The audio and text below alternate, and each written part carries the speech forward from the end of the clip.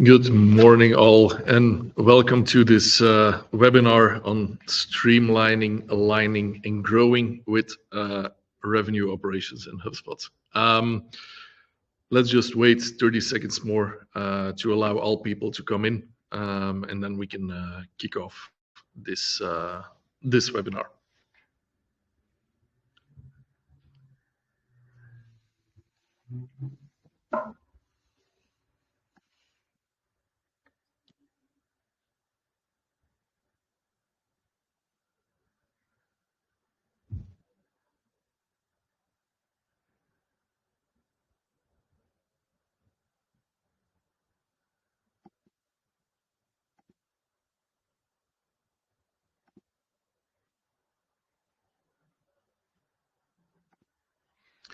All right, let's start off everything. There will be probably some people coming in later on, but let's not waste too much time in this. They will follow up as soon as they come in. First off, thanks for being here. My name is Steven van Duizen, and I'm a strategy director automation at IO. For those who don't know IO, we are what we call a blended agency. So we bring together talents in marketing, in technology, in content, in strategy, in all of these things, everything that is part of a digital environment with a centralized belief that experience is everything. So we help our clients provide their target audiences with more and better brand experiences. We are about 2,000 people strong. We have 12 offices in 5 countries, providing about 100 and something core services. So whatever you need, we're there for you. Some housekeeping up front. If you have any questions, drop them in the chat. We will have a Q&A moment at the end of the webinar. The webinar recording will also be shared via email directly after this call. And same for the slides. If you have any questions other than this, or if there's too limited time to answer all of your questions, feel free to send me a direct message on LinkedIn or an email, wherever you want, and then we can continue the conversation there. So just to start off, some thoughts before we dive deeper into what revenue operations is a little bit thinking about what the role of automation in companies is. In the end goal of automation in business processes, whether it's in marketing, whether it's in sales, whether it's in customer service, is always to optimize and drive revenue growth, while at the same time reducing costs. If you're automating marketing flows, it's to reach a bigger audience, it's to better segment your audience, but it's also to make sure that when automating things, that you don't have to set a manual campaign every week or a manual reminder every other day. So reducing costs and driving revenue are two of the biggest drivers of two of the biggest end goals in business processes. Just let's remember that. And by streamlining things, by personalizing content, by optimizing those customer interactions, we make sure that we can predict on future trends, we can improve lead gen, conversion rates, returns on investments, all by automating certain processes. If we look further than just the first step of this, automation can also help to improve long-term value of your clients. If you automate renewal communications, if support tickets, customer feedback are all automated and responded to in a correct manner, even in an automated way, it will ultimately result in an improved customer satisfaction, in longer customer relationships, and more cost savings. So the total cost goes down, and the total lifetime value of your customer goes up by automating a lot of processes. So that's something that we need to think about. And because in the end, whatever we call it, it's all about money. It's all about getting more value. It's about getting more revenue from all these automating tactics. But there's a lot of things that can be automated in this story. A lot of companies, they still focus around a classic model. What we see is in whether it's customer service, whether it's marketing, whether it's sales, a lot of processes and a lot of parts of that process can be automated.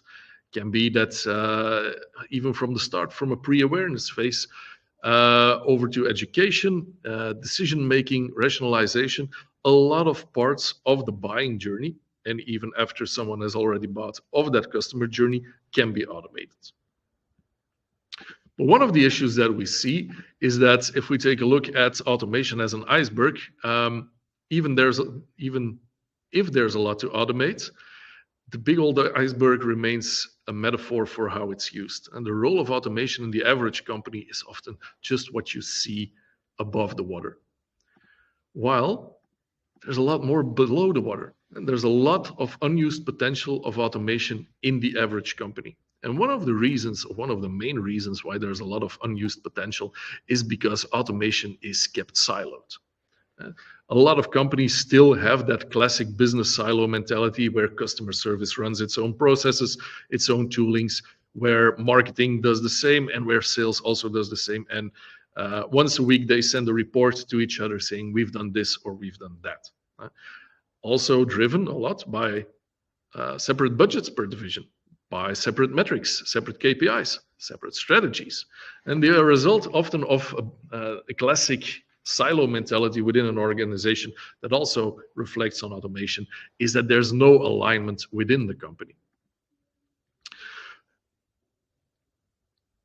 The side effects of these silos is that there's no data that is connected across teams. So everybody works with data, but all data sets are often a lot different.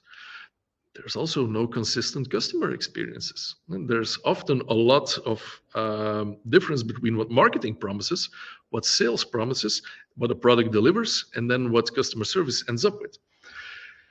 All of these processes also lead to inefficiency. It also leads to missed revenue opportunities. If customer service doesn't feed back to marketing or to the business on potential churn issues or potential discrepancies between what's promised and what's delivered, we see missed revenue opportunities. And because the data is not allowed or it's not centered, there's also a lot of difficulty in measuring performance in this. So the first step that we need to do in any project in regards to revenue operations and automating more business processes is breaking silos. And if we take a look at silo breakers, then revenue operations or RevOps is the perfect silo breaker for that.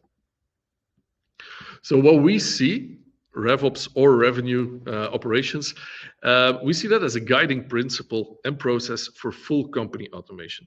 So not just marketing automation, not just sales automation, but also involving service, also involving learning, ongoing finance automation as well.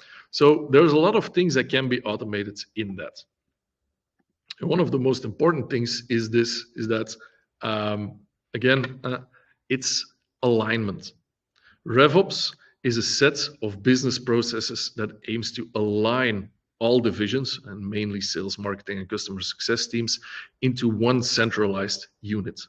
So no 3 units or 4 units or 5 units working as separate entities. No, we are focusing on alignment and centralizing everything in one system. It's not just sales and marketing targets. It's about aligning all these divisions that are directly involved in the company's inbound revenue, or even outbound revenue. Whether it's the classic ones like marketing and sales, but we often forget that service plays an essential role in that customer lifetime value, in renewals, in keeping companies happy, but also in predicting churn signals that can then be fed back to sales, that can be fed back to the business to allow for more immediate action when churn signals appear. It's also in finance. A lot of finance calls or a lot of bills are not being sent out at the correct moment, or are forgotten, or are not fed back to the product teams when there's discussions about this. So it's important that we have these things centralized as well. And while automation is not the essential part or not the essence of RevOps, it is an integral part of its core, because we want to leverage these things into our marketing technology stack. because only if we are able to easily scale and rapidly scale our revenue stream, we can free up time for other things. So automating redundant tasks, automating certain tasks in this can improve that revenue stream. What's important to note here is that, and that is something that a lot of people do not yet grasp in regards to RevOps, is that RevOps is not a strategy. RevOps needs a strategy, but RevOps is a set of processes that ensure that companies put customer first. Everyone claims they put their customer first, but it's often not the case. And so really having that flowing down in your entire company, that a customer should be put first to deliver results within the company, that is the first step.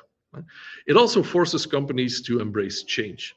It's about aligning. It's about making sure that you break out of these classic silos that have been there since the 80s. It's also about processes that run on data. It's about forgetting that gut feeling or doing what you've done before, or stopping with copying what competitors do or what others do. No, it's about data decisions, data-fed decisions. RevOps also takes time. And there's a lot of companies that say, look, we're going to be doing this in 3 months and we'll get results in 3 months. No, it's not. It's going to take time. You will need to do a lot of change management in the company as well. And change management doesn't happen in a short period of time. And again, important, because we all need to work together, RevOps does not allow for egos to be in the room. As soon as someone tries to come up with egoism in this, it fails. It's about shared goals. It's about shared targets. It's about doing the work together. So if we take a look at how a classic organization works, or the old world works, we had a customer, and around that were sales teams and marketing teams and service teams, and they all had their operations. The data was siloed within teams. Sales focused on the revenue attribution. We focused on new business as well, where there were team-based performance metrics and a poor use of connected data, poor use of connected insights as well. In a new world, we switch that around. So the customer is still at the heart of it, but around that customer is a layer of revenue operations. It's no longer service operations and marketing operations that work separately. No, we combine all of these things in one centralized revenue operations layer, and then the teams around it work within that layer. This means that we can move to data integration within teams or between teams or across teams. We also get shared credit for that revenue attribution. If it's your customer service that has run up the customer lifetime value of a customer that was initially closed by sales, they deserve credit for that as well.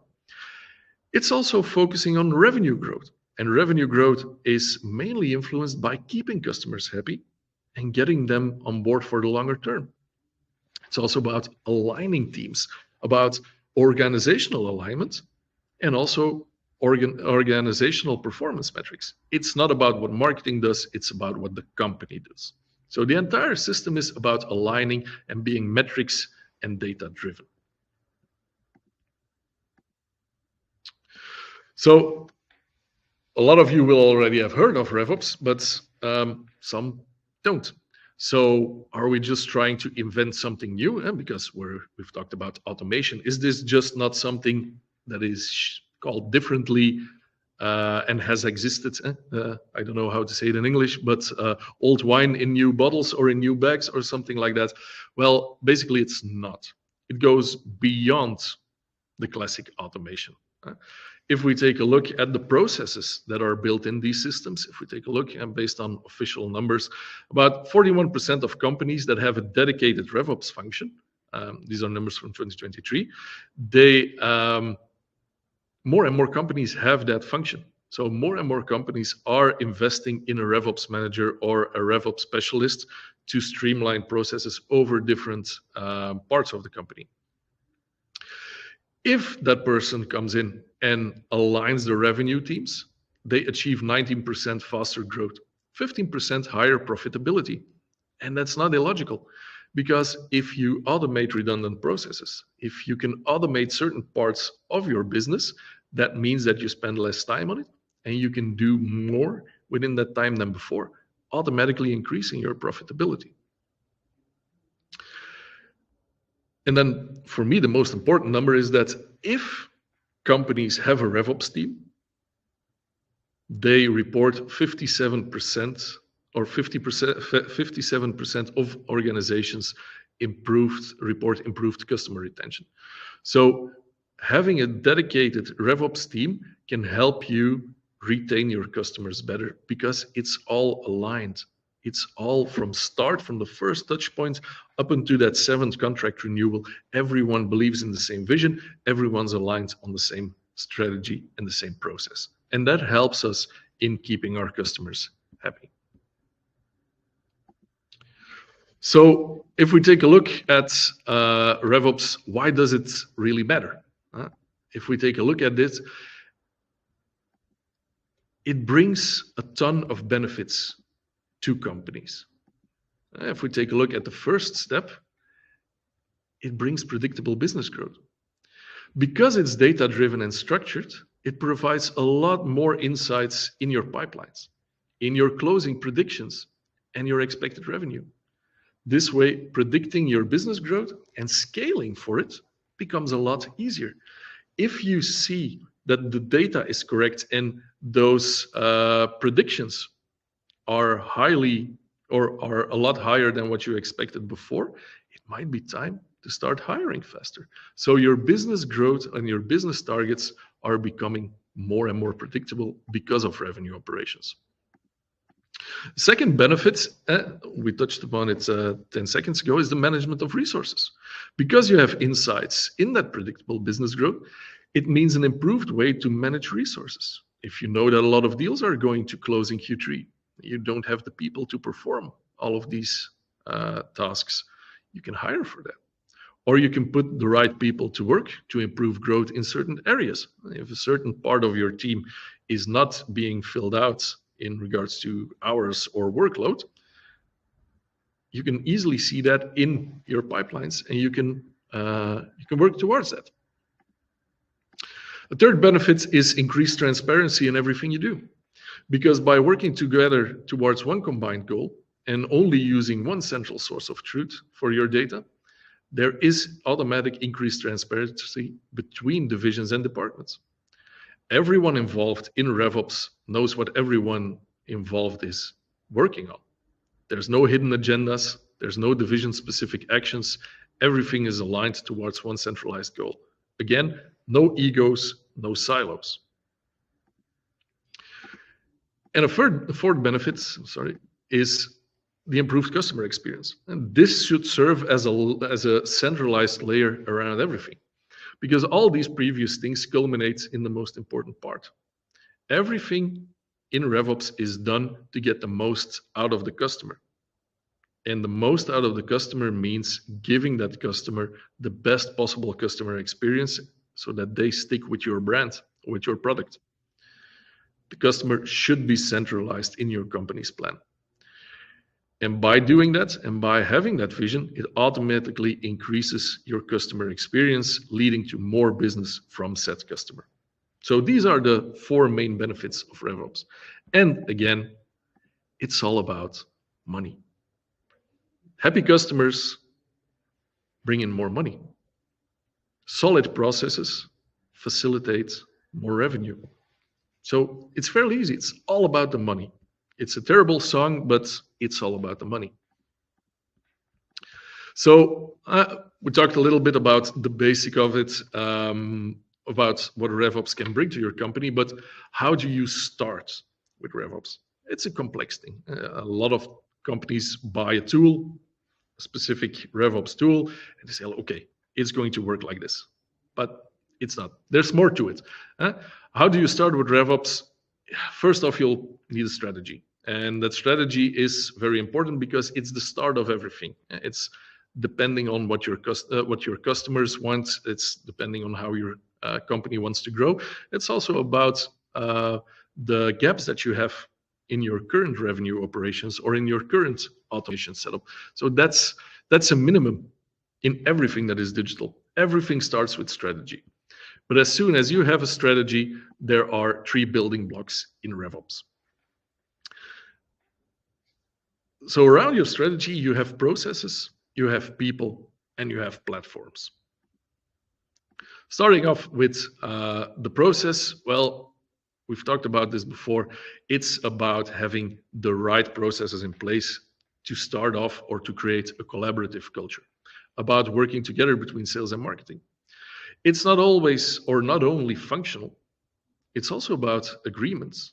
It's also about increased transparency. It's also about procedures to manage leads, to close deals, to run service tickets. And all of these processes are influenced by the data you gather. The more data you have, or the better data you have, the easier it is to align your processes. Again, this is the least easy part, or let's just call it as this is the most difficult part, because this is digital transformation at heart. This is change management. Teams will need to be aligned. Teams will need to be integrated into each other. Processes will need to be integrated into different teams. They all need to work on the same objective, but it's a step-by-step process. You're not going to build up 75 new processes or 75 new alignments within the company in your first days.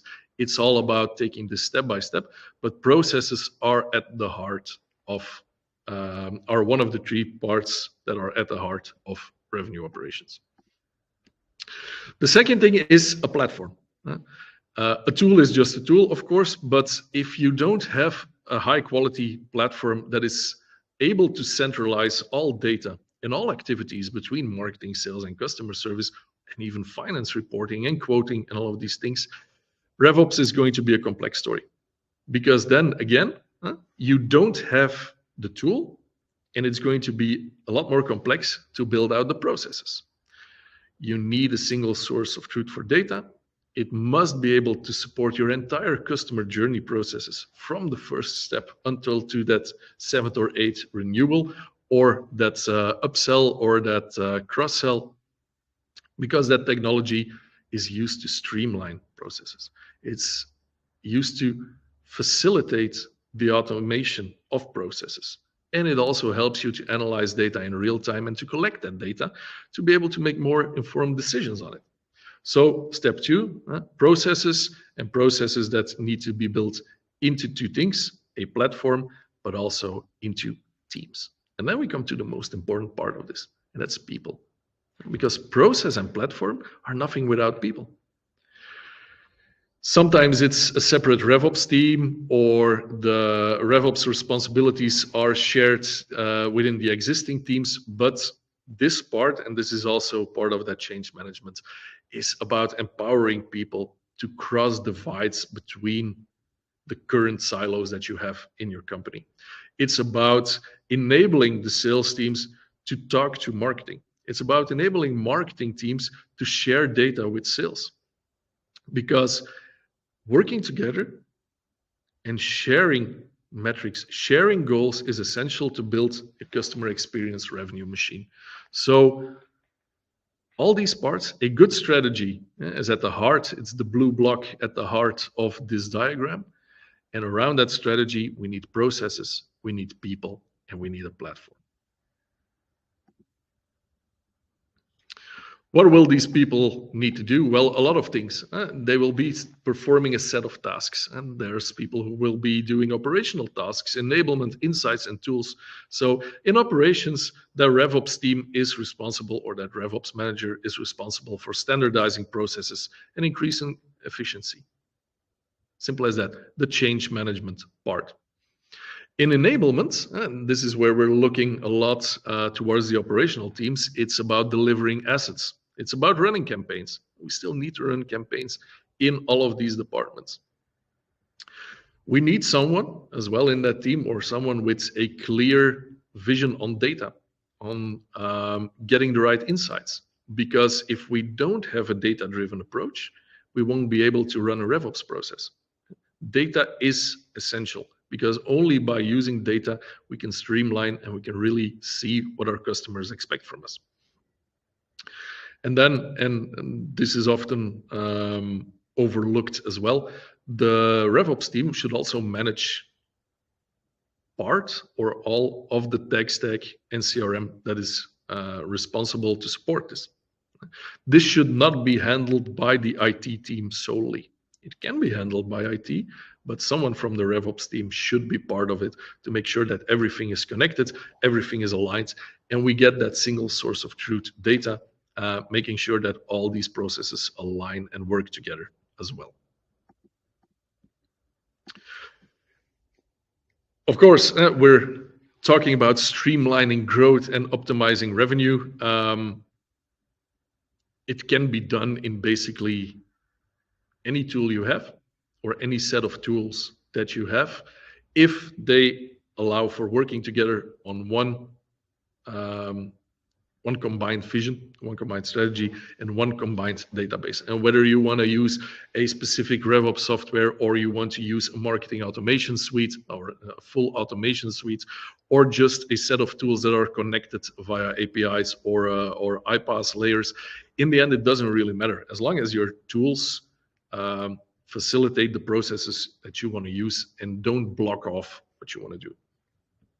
But in this specific case, we have taken a quick look on how to run these processes in HubSpot, because from what we see, a lot of connection is already existing between running RevOps and doing it in HubSpot.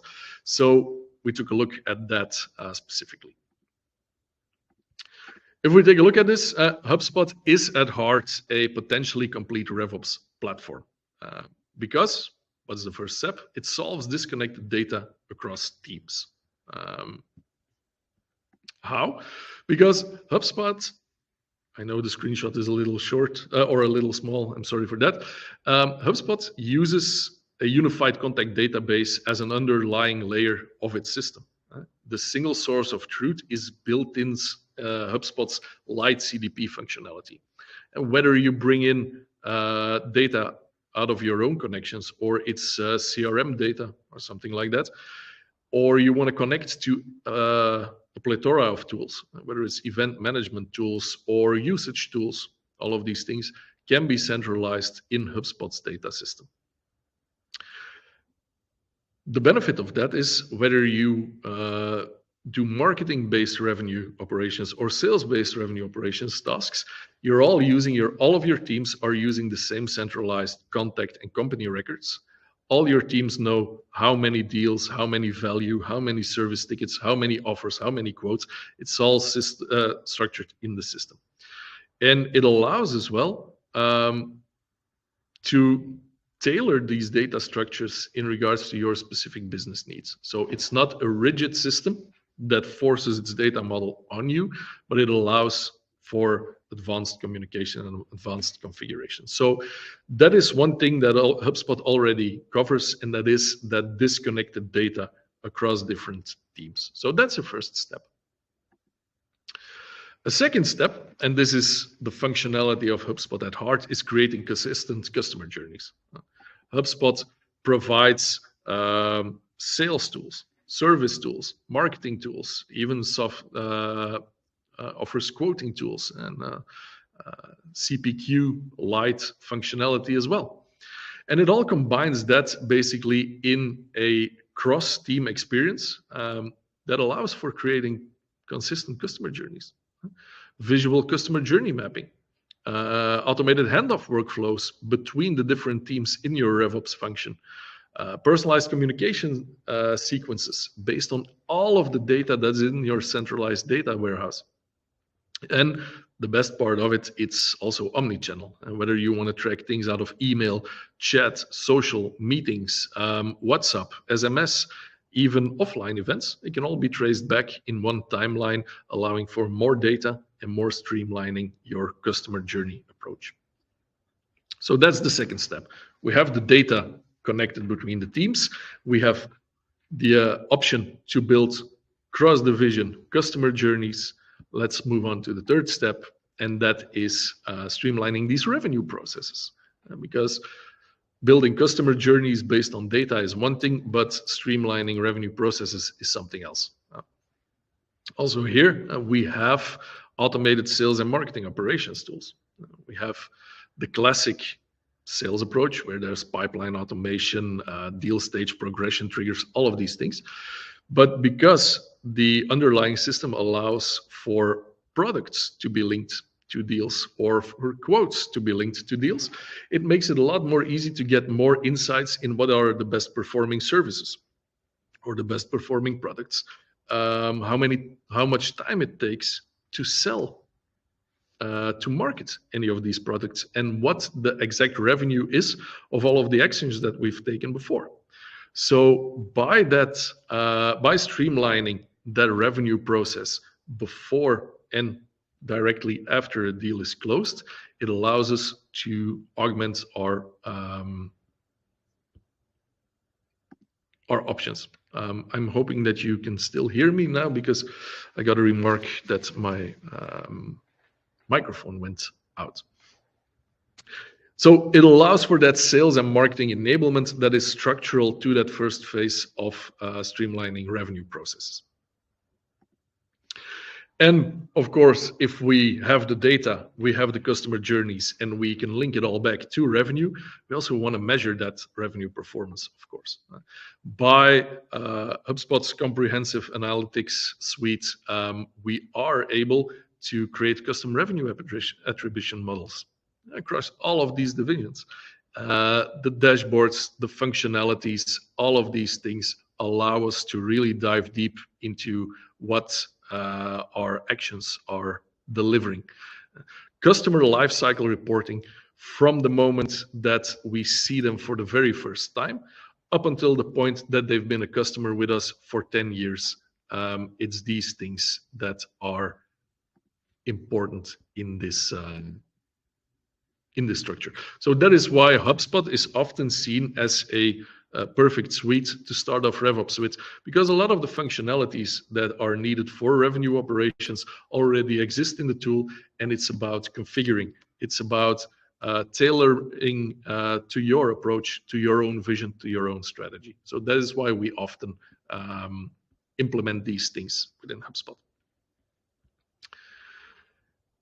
If this all sounds like a lot of work, well, it is a lot of work. Just like everything that you want to do thoroughly, everything that's needed to set yourself apart from what all the others do, it feels like we're just at the base camp of climbing a huge mountain.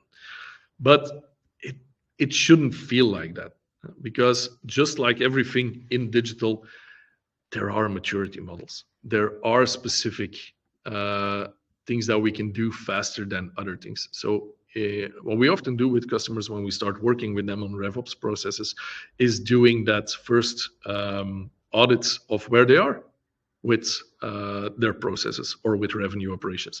And we see that as a starting point. And let's just say that that is the level 0. And then together with them, based on their goals, based on their targets and the needed strategy, we look with them, or we discuss with them, okay, what do we need to move to a level 1? What do we need to do to move to level 2? It starts simple. If you don't have a centralized CRM system, then that can be part of level 1, bringing in all the right data to be able to even start off these processes. If there is no data shared or no handover process between sales and marketing, for instance, that could be part of that level 1. If you want to know how much offers are being sent and what the close rate is of these offers to make sure that you adapt your marketing campaigns to certain items, okay, fine, it can be part of step 1. We don't all need to start by really having everything aligned at first, by bringing in large-scale revenue predictions, having large-scale customer journey touch points in the first phase. It's all about where are we, where do we want to go to, and how can we make that transition as successful as possible. And speed is, of course, something that needs to be taken into account, but it's better to go far than to go fast.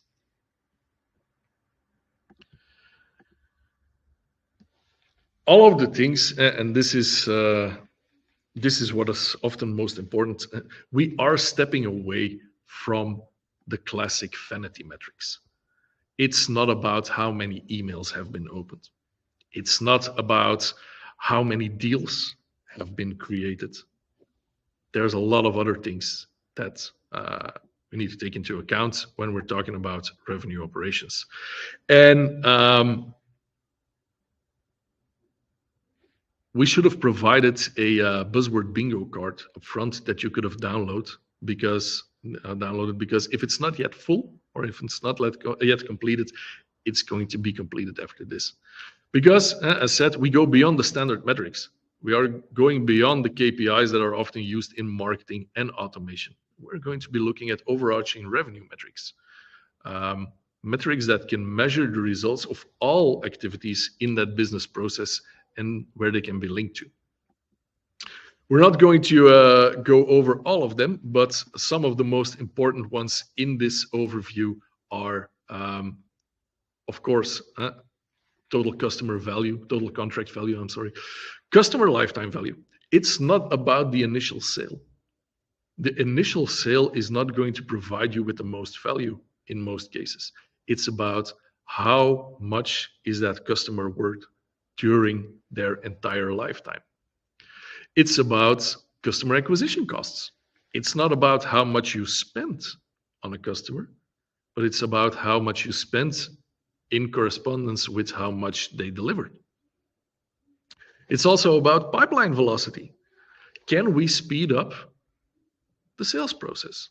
How much time does it take from the moment that someone shows interest up until the moment they sign your offer or they buy your product? Can we speed it up so that sales needs to spend less time on it? So a lot of these metrics are in some organizations, they're already common, but in most organizations, especially marketing-driven organizations, they all seem salesy, but they provide insights on revenue. So that's where we need to move towards. And to what goals? Again, numbers that have been delivered by software tools, but also by research companies, is that companies that start off with RevOps, they see 36% average increase in their revenue. They save 58% of time to grow their revenue.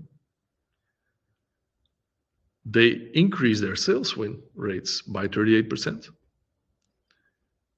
And this is the most important one for me. Only 11% of companies expect to start revenue operations in 2025. This is very important because RevOps is real. If you take a look in LinkedIn, there's a lot of people picking this up. There's a lot more job openings for RevOps specialists coming up. Don't be late. Don't jump in without having a plan, but also don't think this is a fad. Don't think this is a hype. This is something that is real, and this is something that finally tries to connect sales and marketing and service and finance all together to finally have that revenue generating machine that is built on operational processes. Of course, I can tell you whatever you want or whatever I want, but I also have two cases. I cannot name the companies behind it, but it gives you an idea of what we've done for them. The first one is a company that is focused on home improvement. Very nice TV show, of course, for those who are old enough to know.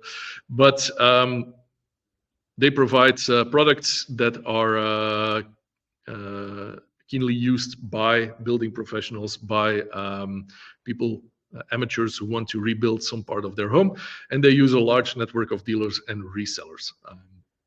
They increased their ROI of marketing and sales campaigns heavily over the last years, and they all had personal targets.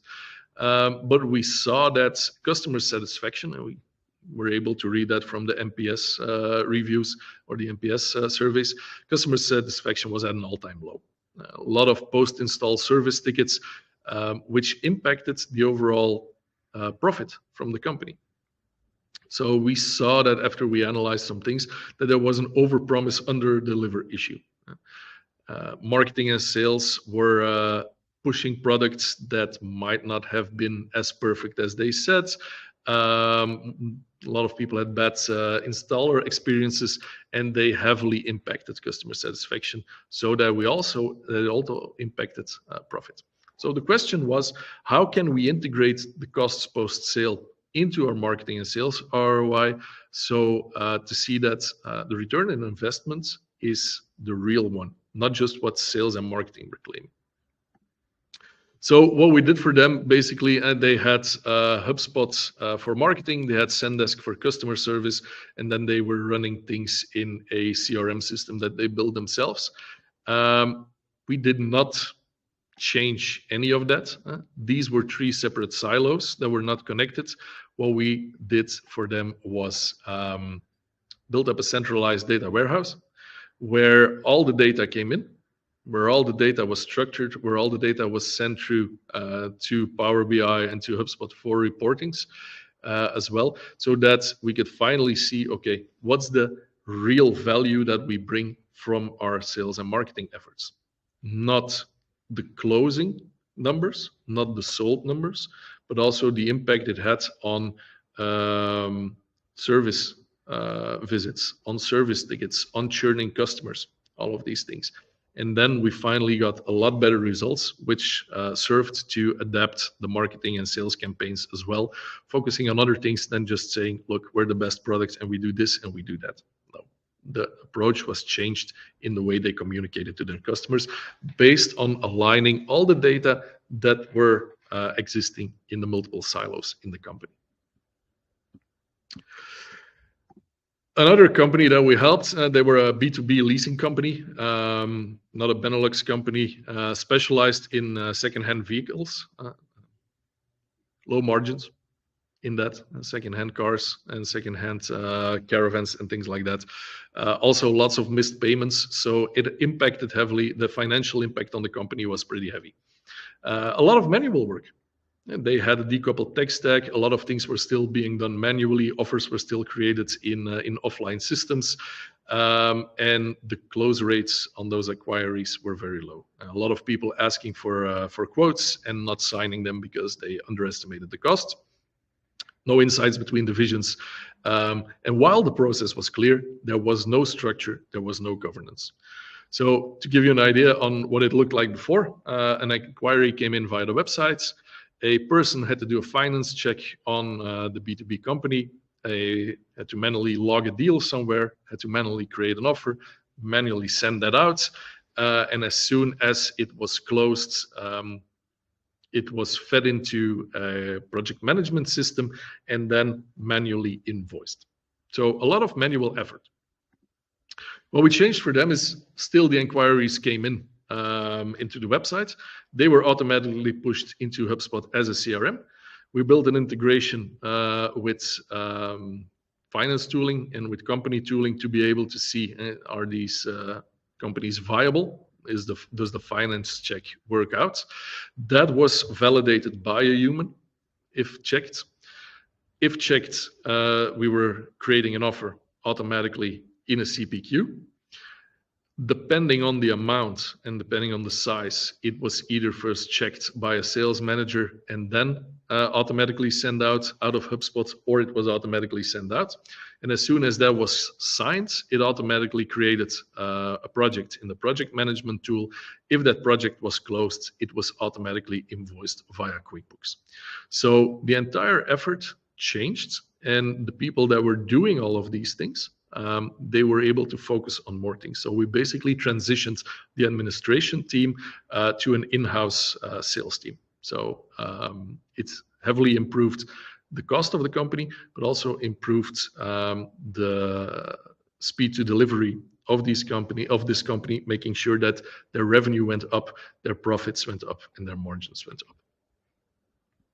So we've had a lot of information yet, a lot of things to take away. Well, I got 5 more things, or 5 final takeaways that I want to show you, and these should serve as a guiding principle in everything that you do in RevOps. First off, RevOps breaks down silos. It's about aligning everyone in one central way of working, in one central vision in this. No sales team, no marketing team. It's about a revenue operations team. RevOps always starts with a strategy, of course, but it needs processes, a platform, and people. It provides measurable business results, no vague vanity metrics like open rates or all these things. No, measurable business results that can always be tied back to revenue. RevOps is not a strategy. It needs a strategy, but it's a customer-first operational approach. Strategy first, RevOps afterwards. And the most important one, again, we all know everyone likes to claim a deal, everyone likes to claim a success, but there's no room for egos in revenue operations. It's about working together, it's about doing things together, it's about getting business results together as one team. All right, we've discussed a lot of things. I will gladly open up the floor for all questions that we have. If there's any questions, right now I see that the chat is pretty quiet. I see Arno is typing something.